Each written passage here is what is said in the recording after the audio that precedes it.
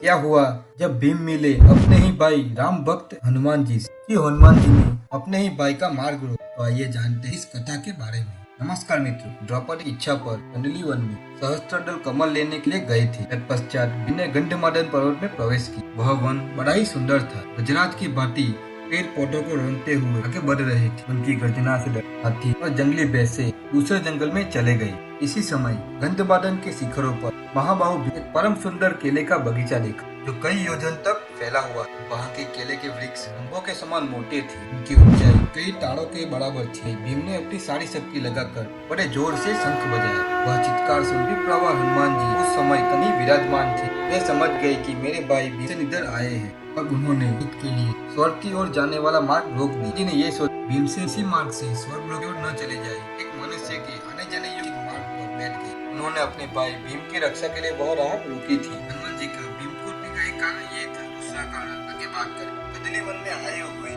पांडुनंदन भीमसेन को इस मार्ग पर आने के कारण किसी से शाप या तिरस्कार न प्राप्त हो जाए, यह विचार कर ही कपिप्रवर हनुमान जी उस वन के भीतर स्वर्ग का रास्ता रोककर सो। उस समय उन्होंने अपने शरीर को बड़ा कर लिया। कुछ के फटकार मात्र से ही वह महान पर्वत उसके शिखर फूटकर बिखरने लगे। उस आवाज को सुन भीमसेन के रोंगटे खड़े हो गए और उसके कारण को ढूंढने के लिए केले के बगीचे में घूमने लगे। उस समय भीमसेन ने दिल्ली वन के भीतर ही मोटे शिलाखंड पर लेटे हुए वानरराज हनुमान जी को देखा। वानरराज हनुमान जी को अकेले स्वर्ग का मार्ग रोककर हिमालय के समान स्थित देख निर्भय होकर वे उनके पास गए और भयंकर सिंह तब हनुमान जी ने आंखें खोलकर अपने मधुपिंगल नेत्रों द्वारा उनकी ओर देखा और उन्हें निकट पाकर मुस्कुराते हुए इस प्रकार कहा, भाई मैं तो रोगी हूँ, यहाँ सो रहा था, तुमने क्यों मुझे जगा दी? हम लोग तो पशुओं के प्राण अतः धर्म की बात नहीं जानते। फिर हम तुम कौन हो? वन में तुम क्यों और किस लिए आए हो? यहाँ मनुष्य को मैं दयावशी तुम्हें आगे जाने से रोकता हूँ। मेरी बात सुन, यहाँ से आगे तुम किसी प्रकार जा नहीं सकते, इस पर विश्वास करो। परंतु भीम नहीं माने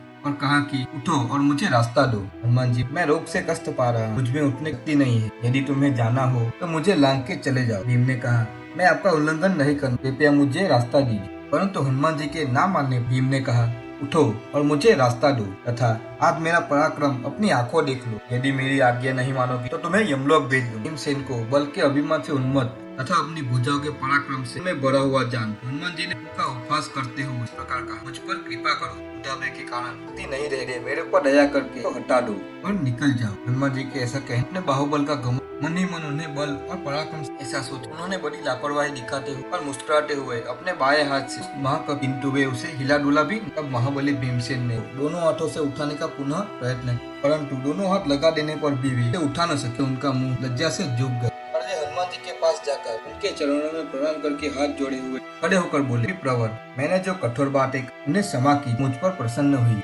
आपको सिद्ध है ये देवता। इस प्रकार वानर का रूप धारण करने वाला तब मारुति ने कहा, मैं वानर श्रेष्ठ केसरी के क्षेत्र में वायुदेव उत्पन्न हुआ हूँ, मेरा नाम हनुमान वानर है। फिर हनुमान जी ने अपना परिचय प्रभु श्री राम का भी के पुत्र जी ने चारों युगों के धर्मों का।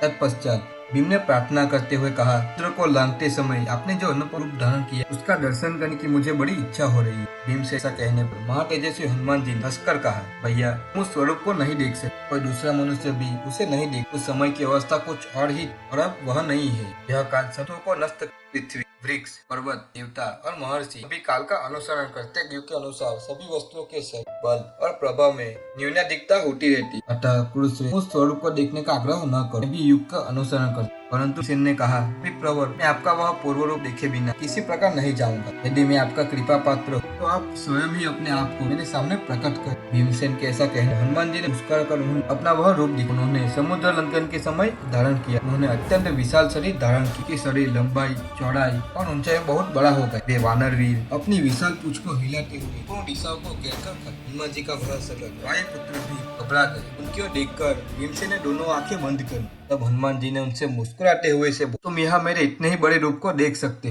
परंतु मैं इससे भी बड़ा हो सकता हूँ। उस समय उदार हृदय भीम ने हाथ जोड़कर अपने सामने खड़े हुए हनुमान जी से कहा, आपके इस शरीर का विशाल प्रमाण प्रत्यक्ष देख ली, पराक्रमी वीर, अब आप स्वयं ही अपने शरीर को समेट ली। फिर हनुमान जी और भीम के बीच संवाद हुआ। अपनी इच्छा से बढ़े हुए उस विशाल शरीर का उपसंहार कर वानरराज हनुमान जी ने अपनी दोनों भुजाओं द्वारा भीमसेन को हृदय से लगाई और कहा, तुम मुझे अपना बड़ा भाई समझो। भीमसेन ने हृदय से हनुमान जी को इस प्रकार उत्तर, आपने मेरा यह सब कार्य कर दिया, आपका कल्याण हो। महाबाहु, अब आपसे मेरी इतनी ही कामना है कि आप मुझ पर प्रसन्न रहिए, मुझ पर आपकी कृपा बनी। भीमसेन कैसा कहे। हनुमान जी ने उनसे कहा, तुम मेरे भाई और निहद हो, इसलिए मैं तुम्हारा प्रिय। और हनुमान जी ने, जब तुम बाण और शक्ति के आघात से व्याकुल शत्रुओं की सेना में सिंहनाद करोगे, उस समय मैं अपनी गर्जना से तुम्हारे उस सिंहनाद को और भी बढ़ा दूंगा। उसके सिर की ध्वजा पर बैठकर मैं ऐसी भीषण गर्जना करूँ तो शत्रुओं के प्राणों को हरने वाली हो, जिससे तुम लोग उन्हें सुगमता से मार सको। भीमसेन से ऐसा कहे। हनुमान जी ने उन्हें जाने के लिए मार्ग बताया और स्वयं भी अंतर्ध्यान हो। जय महाभारत। चैनल को लाइक करें, सब्सक्राइब करें और शेयर करें तथा बेल आइकन को प्रेस करें।